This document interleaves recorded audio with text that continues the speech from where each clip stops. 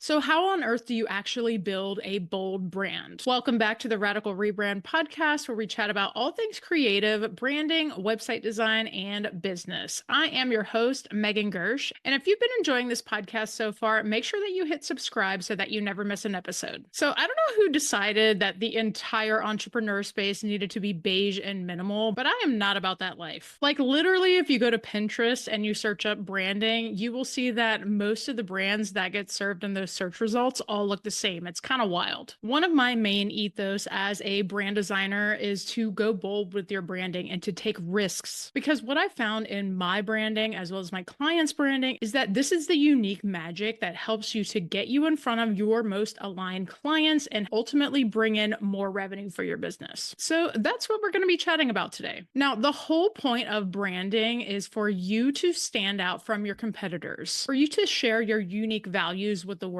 and also to position your business as the best option for whatever it is that you offer. Because if your audience is comparing your business to one of your competitors' businesses and they pretty much look the same on a deliverables level, that's when people start to price shop, which we don't want. Instead, it's much more effective to position your brand in a unique way that makes the decision super easy for your audience to be like, hell yes, this is the person that can help me, because only you are delivering whatever it is that you offer in the way that you are doing it. So how on earth do you actually build a bold brand? It's important to know first the know, like, and trust factor, which basically means that your audience is going to need to know, like, and trust your business before they will buy from you. This is going to require you to get super clear on your target client. And this is going to take a little bit of research, taking a look at what brands they actively engage with, figuring out what makes them tick, what keeps them up at night, what aesthetics that they align with. Right after this episode, I want you to go take a look at a few competitors' social media pages and take a look at the comment sections. Take note of anything people in the comments are talking about. Maybe they like certain things about that brand or dislike certain things about that brand or wish that the brand included something that wasn't included with their original package. You can even click over to some of these people's profiles and get a sense for some of their demographics. Are they moms? Are they busy? Are they running businesses? Like, what are they doing in their lives? Take a look at their feeds and their bios to get a sense of who they truly are. Once you've done this with a few different brands, take a look at your data to see if you can find any commonalities between these people. The more information that you have on this person, the easier it's going to be to craft messaging that will actually connect with them. I'm also going to need you to get extremely clear on your company's mission and your core values. As a brand designer, I cannot build effective branding without this, and it's a great connection point. Think about how many times you have bought from a company because they supported a specific cause, or a time that you haven't bought from a company because they supported something. This is the power of value-based marketing. You should be sharing your mission and your values frequently with your audience, so that way they know what brand they're getting behind, what brand they are investing their time in, and ultimately where they will be spending their dollars. I also want you to take a look at a few of your competitors to see what they're doing on a visual level. What does their logo look like? What does their website look like? What color palette are they using? What types of fonts are they using? What's the overall vibe of the visuals? See if you can name a few adjectives that really describe their brand and what they're doing. And once you have that locked down, I want you to think about how you can do the complete opposite. This is the thing that I've honestly found to be the secret sauce in building bold brands. Maybe you're in a niche where you have sustainable packaging and everybody's using a certain material, but you are producing it in a different way. You can harness some of this messaging in your marketing to help differentiate you from everybody else. I also want you to take a look outside of your industry to see if there are any other public figures or companies that you want to draw inspiration from. Recently, I was working with a health and wellness brand, but when we were doing their onboarding, they referenced a musician that they really looked up to from a visual standpoint. And this really helped me as a brand designer because it helped to put me on track for where they wanted to take the visual aspect of their company. Don't be afraid to think outside of the box and take inspiration from various places, because this can really work in your favor in giving those visual cues to your designer. Next, I want you to consider why people trust you and your business. Maybe you have a lot of experience in your field, or you have won awards, or again, maybe you're just doing something really out of the box and like no one else in your industry is doing. All of these factors combined will help you to determine your unique magic and how you are going to position your business in the market. market. And once we have more information on these foundations, that's the point where we can start creating visuals like your logo, your color palette, your font system, iconography, your patterns, textures, brand photography style, as well as how these elements are going to be used in the real world. Quick story about how I came up with a specific shade of pink for one of my clients' brands. So we had gone through all of the onboarding process and I had dug into their brand a little bit, gotten really, really clear on their target audience. And so when it came time to select the color palette for this brand, I had this person that they were trying to reach so clearly in my mind that I envisioned this woman walking up to the makeup case and tried to envision what shade of lipstick she would be choosing from the shelf. Because by reverse engineering it that way, I knew that I would be able to catch that woman's attention. And it's worth noting here that it's so important to remove the ego from the branding process. One of the biggest mistakes that businesses make is to choose their favorite colors for their brand colors or colors that they see a lot in their industry without much rhyme or reason behind it. But you really have to put yourself in your ideal client's shoes to craft a brand identity that will connect with them. And here's the thing, when you start mixing bold design aesthetics with digital marketing strategy and psychology, you're going to start reaching your target audience and boldly standing out from the rest. I also want you to start thinking about how you can go beyond these design elements. Every single touch point in your business where you interact with your clients and customers is a branding opportunity. Thinking about what your customer service is going to be like. What is your onboarding and offboarding process like? Are you sending them custom emails? Are you giving them customized PDFs? What kind of tools and resources are you providing them? Maybe there is a client gift within your workflow, or there's a certain surprise element. These are memorable things that you can leverage to build your brand and to get your clients referring you to other people. You also want to nail down what your response time is going to be like, as well as how you support your clients online. One of the easiest ways to do this is to like their posts, repost their content when possible. You can also provide them referrals when needed, and essentially become a resource for them. Lastly, I want you to take your branding into how you show up at in-person events. I was recently asked to give a few workshops in Atlanta. One of the components of my brand is a lightning bolt. And when I was getting ready for those presentations, I thought to myself, oh my God, this is the perfect opportunity for me to wear my lightning bolt earrings. It's a subtle way to build that memorable factor within your brand when you are showing up in person. So you can do this with anything. I mean, you can have a signature